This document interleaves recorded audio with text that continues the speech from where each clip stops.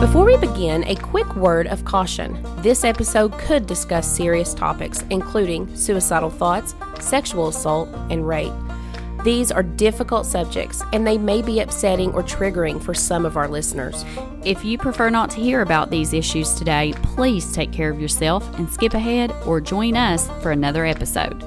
If you choose to stay, you'll hear Samantha get madder in hell as we discuss these cases and the events that occurred.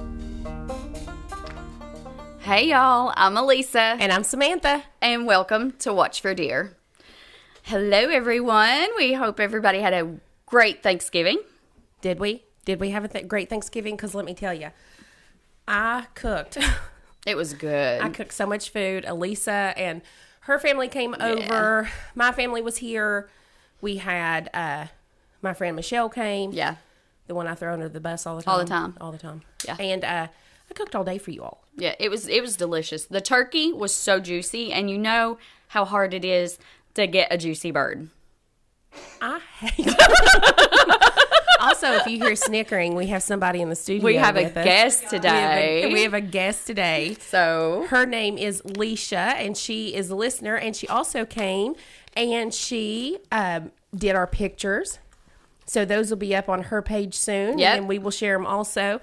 And she brought us the one thing that we love. Wine. It's wine. Not only is it wine, you know by now. It's my Kirkwood. favorite wine.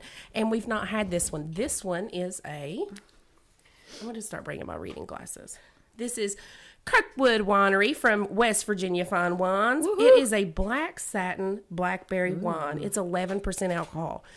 I had so much to drink last night at that Christmas party. This may throw me right back in. That's why I'm actually drinking this, zero alcohol content, great value, purified drinking water. This may throw me right back in a loop. I'm telling you. I've got right here, I've got water. It could get squirrely. I've got a Fanta. Both of them are half empty. And now I'm going to get ready. I'm going to crack open this bottle. Let's crack it open. Doing this. Oh, God. I know it scares me sometimes. Hold on. Quit it. Slowly. Woo! There's the pop. All right. Give me your glass. Let's do this. I'm sweating so incredibly bad right now. I'm so hot. Are you ready? I'm ready. All right. Here's the pour.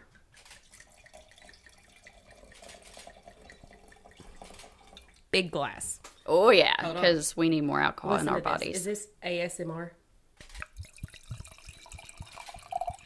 Did you just try that? No, I sniffed it. I know the rules. All right. Stir it. Oh, shh. Stir it. Here we go.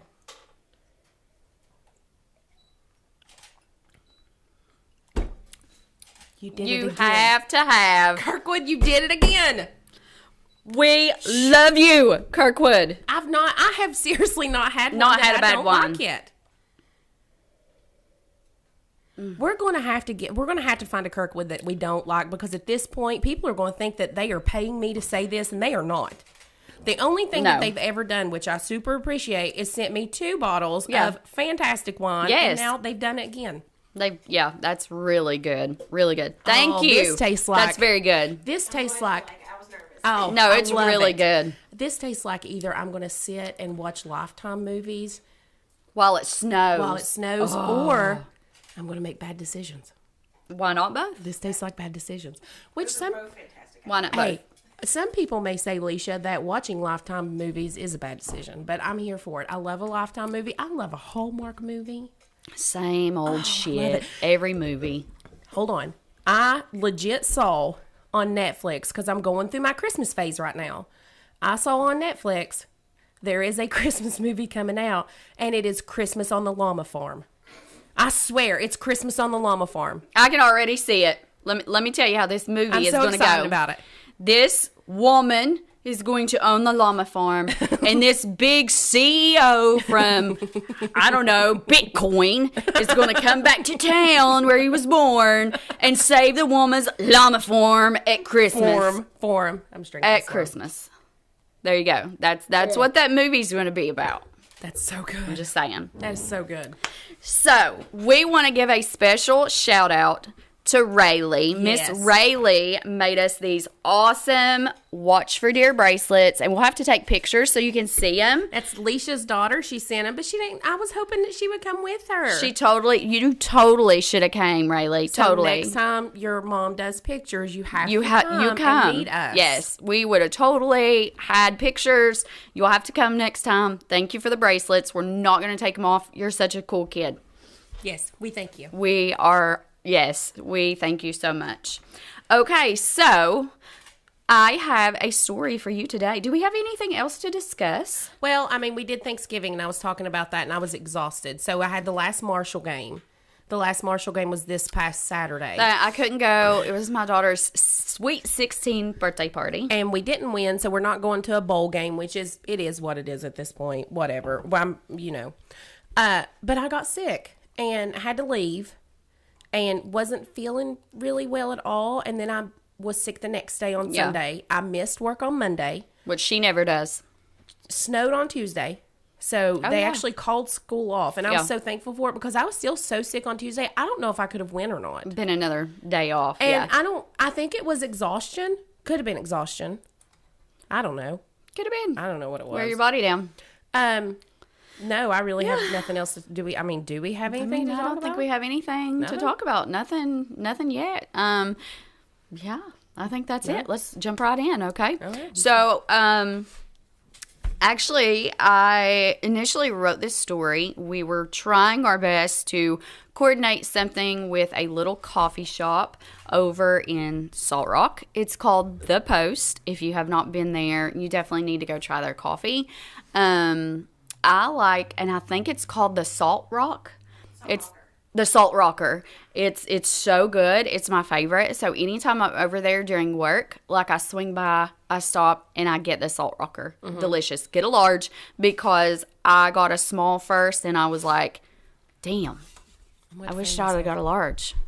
But I'm melting. So, we were trying to get a show over there. We just couldn't work it out. So I wrote this story. So Salt Rock, this is for you. Yay.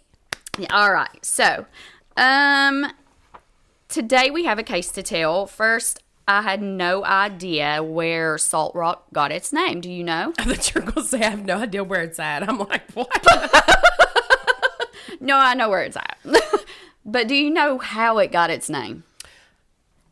I mean, I can guess. I know there is an ancient ocean underneath, and I know Salt Rock is not really near there, but there's an ancient ocean underneath Kanawha County.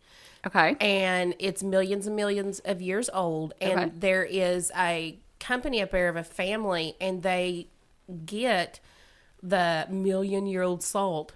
They actually sell it. Dixon. Oh, I don't know. I think it's Dixon Salt. Oh, is it? Dickinson. Yeah, Dickinson. Okay, so yeah. So, I mean, is there a little salt underneath a rock there?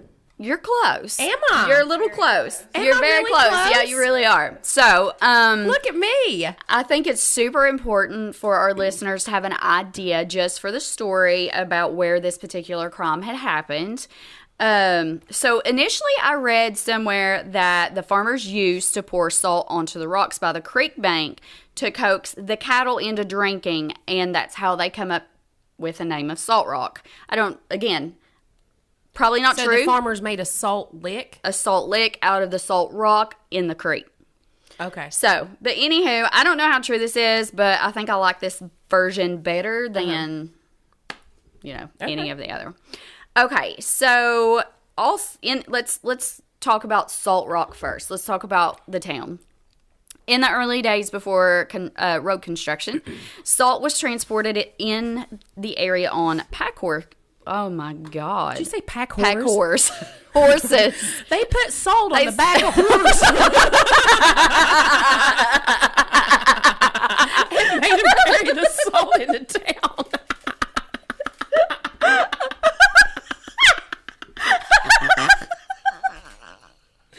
Why are you making that noise again? I swear if you don't go to the doctor. Oh my God. They didn't put salt on horse. They lined all the town horse up and put salt on. That is not what happened. I like that story better. I want you to go with that. I know you were probably were you saying pack horses? Well, thank you. But change everything to whores now. So this story, I love how Salt Rock got its name. Someone from Salt Rock is hilarious. Oh, we've done lost it, and we are not even nowhere near close. All right, let's talk about them whores. Okay. Oh my gosh.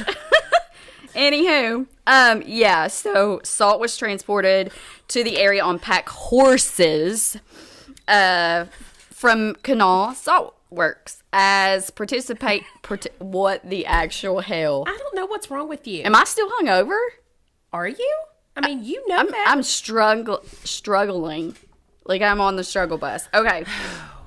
As transportation infrastructure improved, oxen and carts were used, followed by ox wagons. Residents later drilled a well by hand using a spring pole method along the river near the present-day Salt Rock Bridge. Mm-hmm.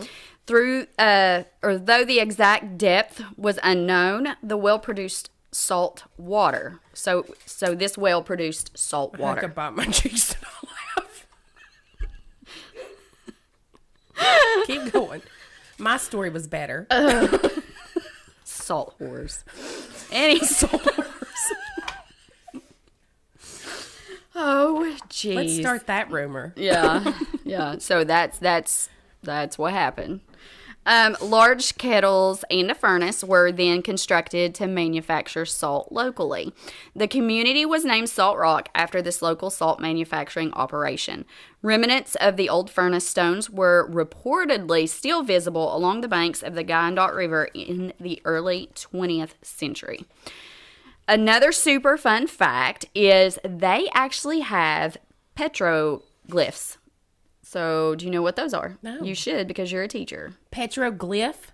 Yes. Never heard of that before in my life. These are significant historic site. It's a significant historic I'm a math site. teacher also. Still a teacher. You're still an educator. Oh, my God. That's like that kid at one time and said, Miss Stevens, how many snakes are there in the world? I don't know. I don't know that answer. How many you know what he snakes? said? You're a teacher. Teachers are supposed to know everything. Okay. Remnants of the old furnace stones were reportedly still visible along the banks of the Wyandotte River in the 20th century. So we're talking about the petroglyphs near the Wyandotte River in Salt Rock. Carved into two large sandstone boulders. The petroglyphs are attributed to the Fort ancient culture. The carvings include a full-length human figure wearing a weeping eye mask, a bird, and a hybrid creature resembling both a deer and a serpent. And this is at Salt Rock? This is at Salt Rock. To take school trips, they would walk us over there. Yeah. Right along the railroad tracks, and you just go look at them. They used to. It's not really politically correct. They always called them the Indian Railroad. Yeah. Or the Salt Rock Indians. Yeah. Salt Rock Indians. Okay. So we would take school field trips to see the Indian Railroad. Can you still go there and see them? You can. They're really, really hard to get to because somebody used to keep it mowed down. I don't. Yeah. Is it like a hike to get there? It's not really a hike. You can just pull over on the side of the road. The road's real And skinny, see them. and see them. That's cool. You kind of have to cross over. Yeah. But the last time I went to go try to look and see if I can find them because it's been 20 years. Yeah. I couldn't see them anywhere, and it was hot. And it was snaky. Yeah. So I didn't want to chance it. Okay. But probably this time of year would be the best time because you don't have to. I kind of want I to see don't have to these. go. Yeah. Field trip. Totally take a field trip. Field I trip. kind of want to see this. The petroglyphs are considered among the most detailed and best preserved in West Virginia. Oh. However, they are vulnerable to natural erosion and vandalism. That's what I was wondering, if they were protected or anything, they should build like maybe a building over them. I wouldn't say a building, but they should probably do like a plexiglass box to put over them to just kind of keep, the weather from eroding them. Preservation efforts have been proposed, including the construction of a protective shelter over the stones. Oh, well, look at there. We are geniuses. Looky there. Look at there. We got it. Now that we had that fun little history lesson, let's get down to business. Grab a drink because it's about to get wild. Hold on. Well, pour me a little bit more. Grab a drink. You haven't drank. Won't you take a drink? Okay, I'm on drink.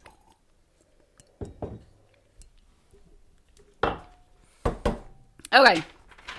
At 1 p.m. on August 8 of 2002, a logging crew working in the remote area of Hickory Ridge area of Cabell County, West Virginia, discovered a young woman's body on an abandoned farm underneath a rundown storage shed. The victim was found laying on her back with her arms and legs straight out and her hands above her head. Her body was naked from the waist down. What year is this? 2002. Oh, okay. And he's still on the run. Oh, Lisa, stop it. So her shirt was pulled up all the way up underneath her armpits, and she had no shoes or no socks on.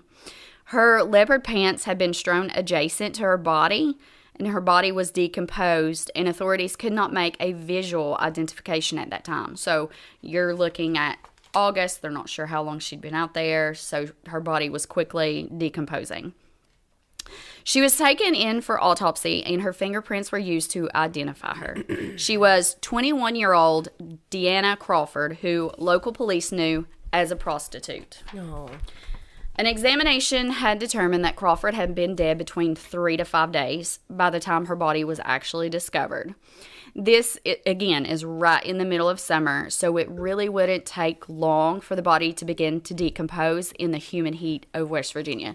Because we all know the heat, when it's hot here in West Virginia, you walk outside and you're instantly sticky and sweaty. It's awful. I can't imagine. I'm melting right now. I just had to take my headphones off because my ears are legit sweating. My ears are sweating, so I'm going to throw those away. Well, you do it. I love me some hormones. This is fun. You might need a little extra boost. Well, I've got the estrogen patch on my booty. You might need to. Huh? You might need to. I'm telling you, and I'll be fine, and then I am not okay. You probably need a blood draw. I'm sitting here.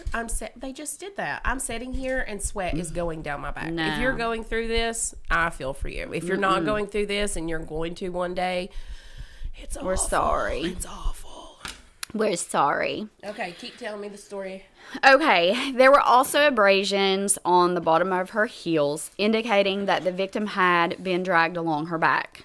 Her right hyoid bone, okay, was fractured with extensive laceration of the right hyoid cartilage. Is that the bone that they break if they choke you? Which was indicative manual strangulation. What does indicative mean? Indicative. Oh, okay. Did I say it wrong? No. I just, honest to God, didn't think you'd know what that meant. I really didn't. I'm sorry. I thought you just wrote it down and thought, this sounds good. I apologize. I apologize.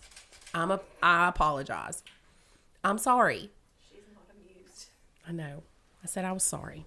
Drink your wine. Okay, I'm going to put these back on. Drink your wine. Indicative. I said I was sorry. Indicative.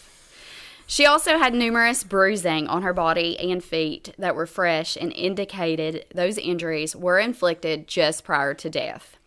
Unfortunately, due to the rapid progress of that decomposition, they were really unable to tell if she had actually been sexually assaulted. No semen had been found on the pants, so based on that finding, the sex crime kit had been untested until later. Crime scene technicians searched the area and recovered 5 cigarette butts, as well as a beer can, a snuff can, and a glass mug. They were able to obtain DNA evidence from the butts and fingernail scrapings from one of Crawford's hands. Unfortunately, due to the lack of evidence, and more than likely because she was a prostitute, Authorities probably didn't throw as many resources into finding her killer as they should have. That happens a lot when we do all these cases. The time. I mean, it's all the time. We will do a case, and it was a sex crime or a serial killer, murder, whatever, and they completely drop the ball. If it's a prostitute or a sex worker. Because it's a prostitute. Or a known druggie. They just literally just... Yep. They're just like, whatever. They don't care. They're still human beings. I mean, I don't want to say they don't care. That was very... Allegedly, they don't care. We'll say allegedly they don't care. Allegedly. So, again, we see this all the time. She was still someone's child. Sure. You know, so they really probably should have put a little bit more effort into that. Now, who was Deanna Crawford?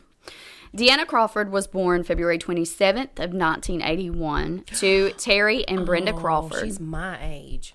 Really? Yeah, I was born in 81. Terry and Brenda would later divorce. Deanna had 4 brothers, red hair, and a huge smile. She was a mother to an almost 2-year-old little boy. That little boy was her pride and joy, as she loved being a mother.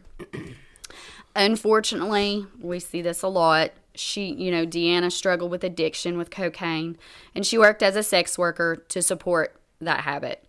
At the time of her death, it was reported that she was living at a crack house. Deanna had also stayed with a man named Mike Sinclair. One of Deanna's friends says she last seen her around August 3rd at Sinclair's home.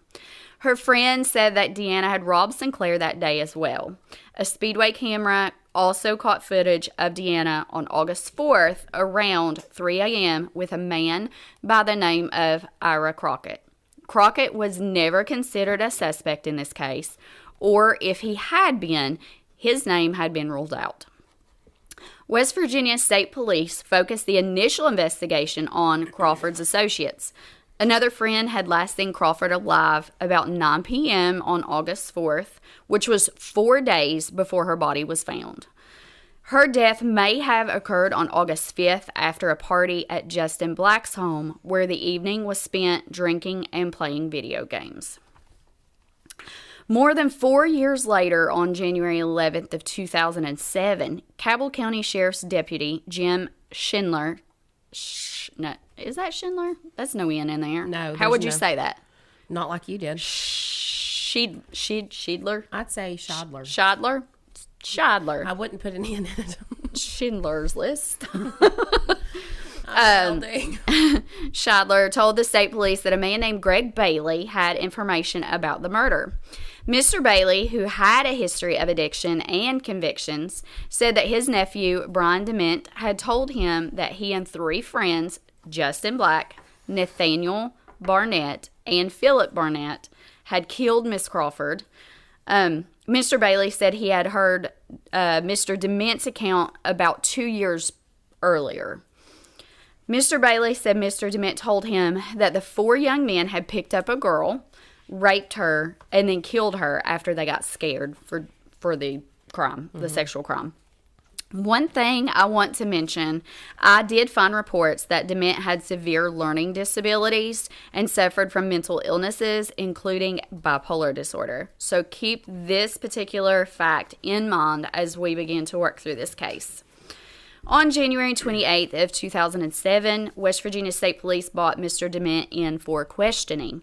During 8 hours of interrogation, Mr. DeMint gave 3 statements, all of which implicated Mr. DeMint, Mr. Black, and the Barnetts, although the accounts varied. After the 3rd statement, police charged Mr. DeMint with first-degree murder. Oh. After Mr. DeMint gave his first statement, state police brought in the Barnetts for questioning. They denied any involvement, and they were released.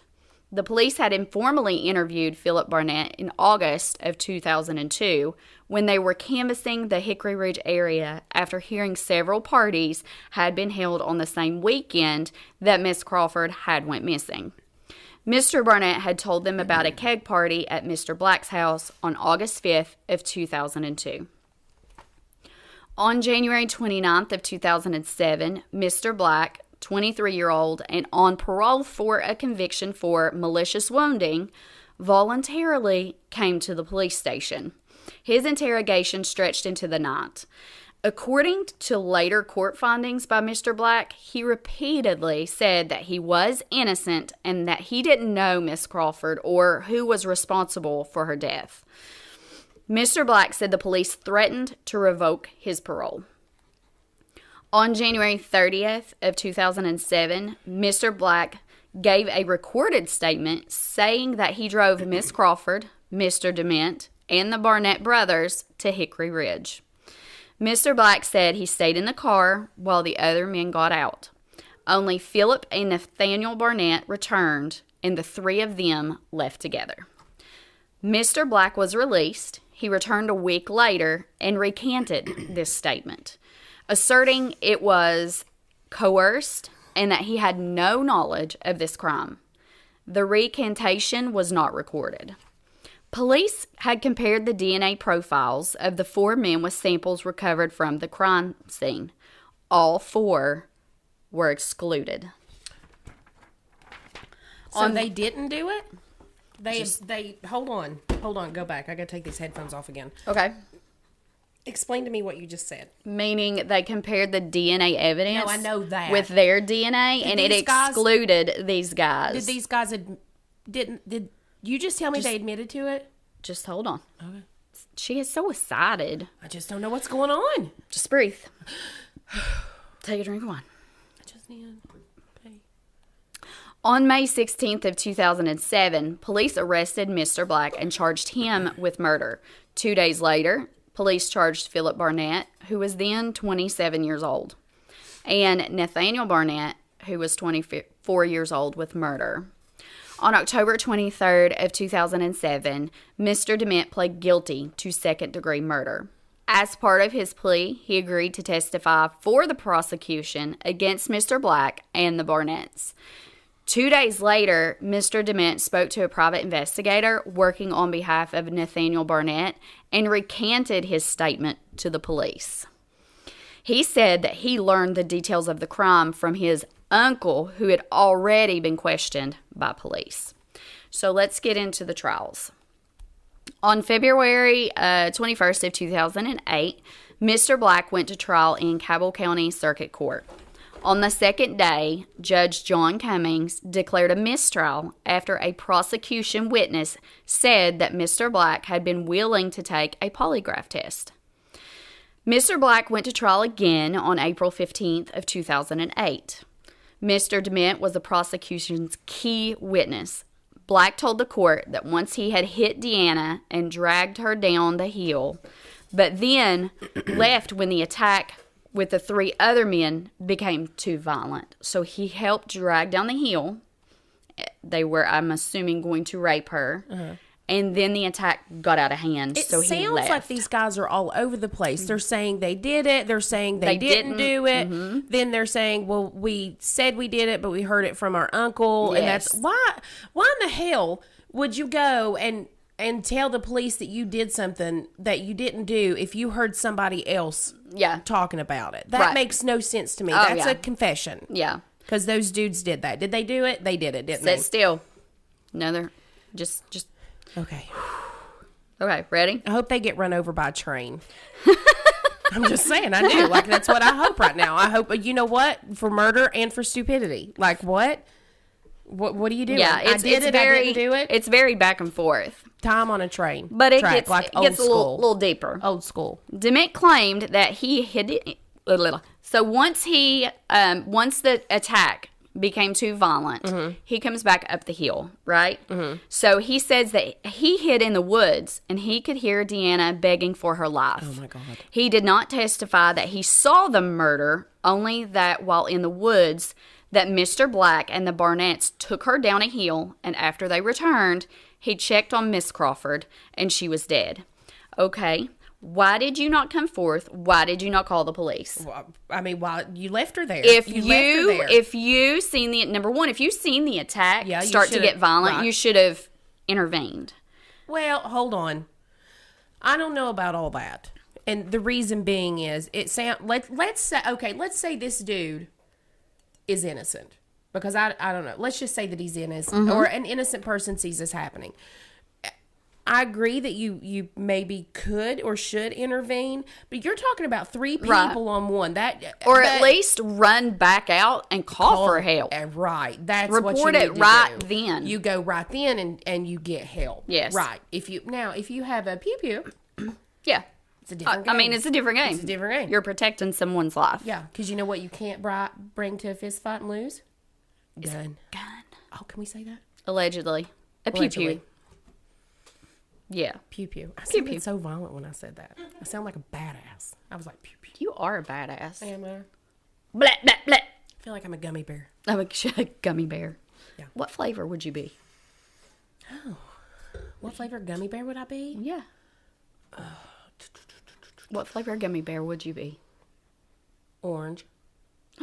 Me too. I love the orange ones. Would you really be an orange gummy bear? That's what I would be. I would be an orange gummy bear. I don't think they're given the credit that they should be given. They're not. I always pick the orange ones out. I love the orange gummy bears. I love the orange gummy bears. All right, go ahead. People will be like, what is wrong with them? Mr. Black's attorney emphasized inconsistencies in Mr. DeMent's statements, but Mr. DeMent insisted that he was telling the truth. Okay, how can we believe you after you've gone back and forth? That doesn't make sense to me. Like, why did he go back? Did this dude have any cognitive issues? There was one that did. And I'll have to go. Let me look really quick. Now, if we're talking about, if this guy has a cognitive issue and, is unable to defer or differentiate between reality and not reality. Yes, DeMent. DeMent had severe learning disabilities and suffered from mental illness, including bipolar disorder. So this guy DeMent. I am going to need to take my train track comment back. I take that back. Take that back. I recant that. Yes, okay. Yes. So, unless he actually did it. I mean, if he did it, then I want him to be on the stream. But yeah, okay. So, again, he insists he's telling the truth. Mm-hmm. He said he recanted his statements to the investigator for Nathaniel Barnett after getting into fights over being labeled a snitch. So I can see that. I could see why. I mean, he's probably scared for his life. He's seen or heard what they did to this girl. And you said he was severe, right? Yes. Okay, yeah. I take back all my statements. Go ahead. Mr. Black testified and said he made his inaccurate statement to the police because he feared he was going to get his parole revoked. No shit, Sherlock. Duh. He said the officers gave him sufficient information to piece together a narrative. He said his later recantation was the truth. He did not know Miss Crawford, and he did not know who killed her. The jury convicted Mr. Black of second-degree murder on April 21st of 2008. He was sentenced to 40 years in prison. Mr. DeMent was sentenced to 30 years in prison. Yeah?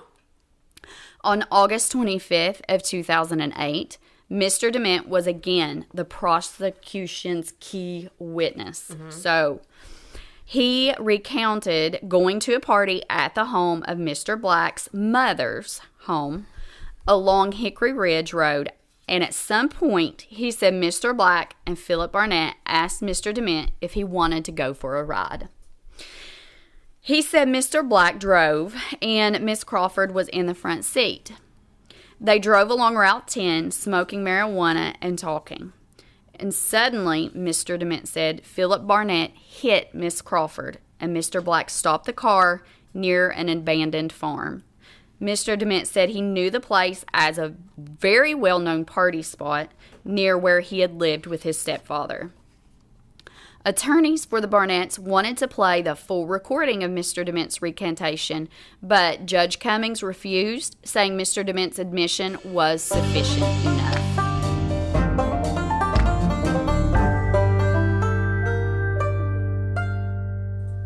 Okay, listen up. Have you guys ever seen Mountaintop Memories? Well, if you're engaged and looking for a venue, they're located in Milton and have beautiful views, on-site lodging, a groomsman cabin that's a game room for the guys, a hot tub overlooking the woods, and a 2,400 square foot reception barn on site that's climate controlled and absolutely beautiful inside. They have some of the best pricing anywhere for all that they offer. And mention Watch for Deer and save $200 off any package. Find them on Facebook, Mountaintop Memories, and send them a message for more information.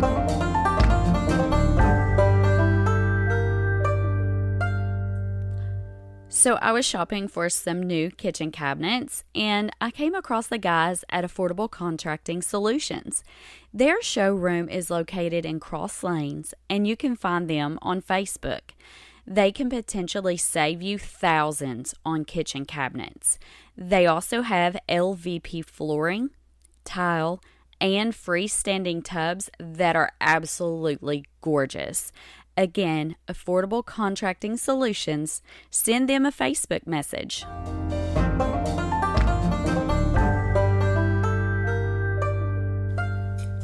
Neither brother testified. On August 27th of 2008, the jury convicted them of second-degree murder. Nathaniel Barnett was sentenced to 36 years in prison. Philip Barnett received 40. Mr. Black and the Barnetts appealed separately. Mr. Black argued that, in part, that Judge Cummings had erred by allowing the introduction of his statement to the state police, which he had said was coerced, and by excluding the introduction of expert testimony on false convictions. The West Virginia Supreme Court affirmed Mr. Black's conviction in March of 2010. On July 13th of 2010, the West Virginia Supreme Court vacated the Barnett's convictions on the ground that Judge Cummings had erroneously barred the defense from playing the full recantation recording. Wonder why they didn't let him play the whole recording. I don't know. Sometimes they do that in cases, and I don't know why. I think, that makes me think of whenever the brothers... Barnett? No. Mendez. The Menendez brothers. They didn't let them, their family members and like some letters and stuff that should have been in there, they didn't allow that into court. And I don't think that's okay. I don't think that's okay in that case because if the family knew that the sexual abuse was happening, they needed that testimony. Yeah. I'm going to let you go on because I can go off on a tangent on that again. And I do all the time. So we know. I know you know. I know. Okay. On January 18th of 2011, Philip and Nathaniel each entered offered pleas to voluntary manslaughter in Miss Crawford's death. Philip Barnett also entered an offered plea to malicious wounding. Now, under an offered plea, a defendant asserts innocence, but acknowledges the state has sufficient evidence to convict. Philip Barnett was resentenced to 7 to 25 years in prison. Nathaniel Barnett received 15 years. So that's roughly about half of their original time. So the offered plea, is that what you're saying? Mm-hmm. So they're saying, what that is they're saying, yes, we're saying we are innocent, but we also know that they have enough evidence that we probably would be convicted, but we're innocent. Right. Okay. Yep. That doesn't make, I know what that means. It doesn't make sense to me. I don't know how you can be innocent and have enough evidence. It doesn't make sense to me. Well, here's what you're really going to like. Are you ready for this? I'm ready. The exonerations. Okay. In 2011, Mr. Black filed a motion for post-conviction DNA testing and sought appointed counsel. 4 years later, in November of 2015, the motion was resubmitted after Josh Tepfer of the Exoneration Project with the University of Chicago School of Law began representing Mr. Black. Now, this motion sought new DNA testing of the evidence collected from Miss Crawford's body or near where her body was found, including those fingernail scrapings, her pants, the beer cans, the mug, and the cigarette butts. Okay. In addition, it also sought to retest the sexual assault kit. The motion noted that technological advancements enabled the detection of DNA in samples that would have previously been unsuitable for testing, either because of degradation or the size of the sample. The Barnett brothers then joined Mr. Black's motion for DNA testing. Nathaniel was represented by the West Virginia Innocence Project, and Philip was represented I don't know what you're saying. Represented. No, Why do I want to say I don't. because the way the word ends. By the Innocence Project. The motion for DNA testing was granted, and in 2017, a male DNA profile from Miss Crawford's pants was identified and excluded all 4 men. I just don't understand how they can admit, then recant, admit, then recant. And then there's no DNA. Yeah, it's Go ahead. A little shady. Go ahead. The motion for DNA testing was granted, and in 2017, a male DNA profile was... Okay, I've already said that. Yep, sure did. Okay, go ahead. Don't stop it. I know, just we're good. Go. We're good. So Karen Thompson from the Innocence Project stated the DNA evidence was never introduced at the time of the trial. Thompson helped retest the pair of leopard pants that, when originally tested, no semen evidence was found. Mm-hmm. When retested, semen was found on the pants, and it matched the DNA found on a cigarette butt that had been left at the crime scene. I don't understand too when you just said this. There was no semen, and then there was semen. So back in 2002, when this case happened, they weren't unable to detect semen back then. Okay. Just because of technology has came so far, they've retested everything, and they're like, aha. Okay. There's semen. So it was just a tiny little amount. Yes. Okay. So the sample could have been so small that it just didn't pick it up. Okay, I got you. So, the new testing revealed a 5th man who had not previously been looked at for the crime. Mm-hmm. Through the FBI DNA database, which reported it was consistent with the profile of a man identified only as T.S., who was then in prison in Ohio. T.S. had lived in Huntington in 2002, and he had pled guilty in 2011 to raping and impregnating a 12-year-old girl. Okay. I hope this mofo's dead. When confronted with the evidence by the West Virginia State Police, the inmate had no explanation as to why his DNA was found on and by the victim. The ex-wives of T.S. had actually talked to investigators and recalled there was a night back in 2002 when he had come home with some extra cash and he had blood on his hands and clothes. His excuse at the time was he'd gotten into a fight. Mm-hmm. She recalled that T.S. said he killed someone at one point. And she heard a friend of his threaten to tell about what he did to that girl. Investigators for the other 3 men continued to look into T.S. 2 other ex-wives said that he had a history of violence, and one claimed T.S. had once told her that he had killed a sex worker. I think that if something ever happened to me and Scotty, and he was violent, right? He's not. Scotty is a precious gem of a human being, but this is just hypothetical. Right. If he was violent and I divorced him, right, and we got a divorce, and then he was seeing somebody else, don't think for like a second I wouldn't tell her. I would tell her how awful of a human being he is and warn her about it. Here's the problem. Love is blind. Love is blind. She may take you serious. She may be like, oh, this bitch is trying to get her husband back. Oh, yeah, probably. At least you would be guilt-free. I probably would. Do you know what I mean? I would be that bitch trying to get her husband back. I'd be that bitch. I'd be that bitch. Yeah, I'd be that bitch. On February 26th of 2018, the Barnetts and Mr. Black filed separate petitions to overturn their convictions based on DNA evidence. By then, Nathaniel Barnett had been released on parole on July 10th of 2016. On June 14th of 2018, Mr. Black was released from prison.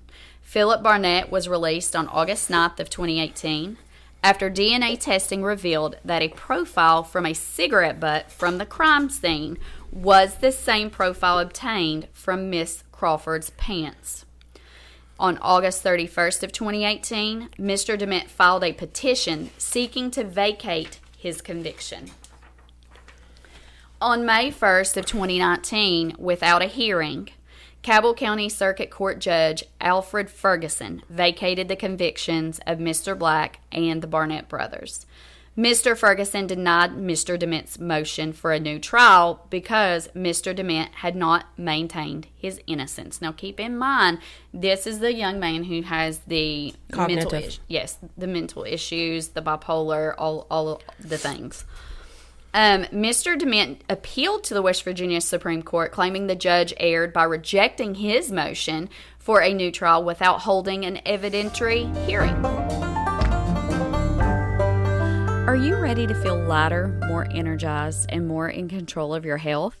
At Enlightened Weight Loss and Wellness, they specialize in personalized, science-backed support for men and women's hormones, weight loss, and overall wellness. From GLP-1 weight loss injections to metabolism-boosting vitamin therapies and functional hormone balancing, they create a plan that finally works for you. If you're ready to feel like yourself again, or better, now's the time. Learn more at enlightenedweightandwellness.com or check them out on Facebook at Enlightened Weight Loss and Wellness. Mention code SPOOKY10 for 10% off your first visit.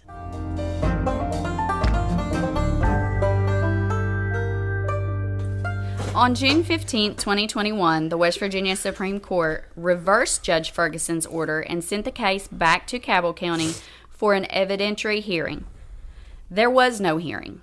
On October 5th of 2021, the prosecution Lord have mercy. The prosecution dismissed the charges against Mr. Black and the Barnetts. Mr. DeMint accepted a sentence modification for time served on his conviction of second-degree murder, and he was released. The state also stated they would not pursue charges against T.S., who was now also out of prison. From what I can find, T.S. has never been tried or convicted of the murder of Deanna Crawford. Hold on. Okay, first of all, T.S. is, what's his name? Is that his name? It's not on public record. So you just told me a story telling me that this guy has more than likely killed this girl over, what, an hour from here? Not even an hour from here. And that dude's loose. Yeah, he was never convicted. Shut it down. We're not doing this episode. Shut it down. I just got chibbles all over me. In April of 2022. I don't understand. Why was he not convicted? Why has he never been convicted? Like, why have they not done something? I guess because time served. You know what, Deanna Crawford? You were done dirty. You were done wrong.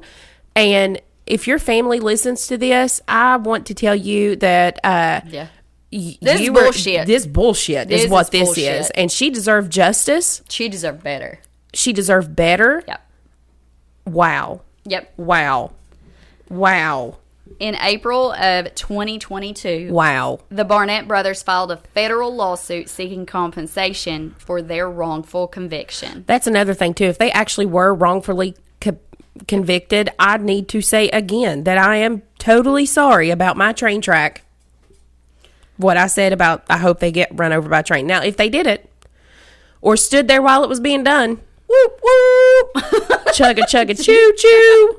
In October 2022, they also filed a claim for compensation from the state.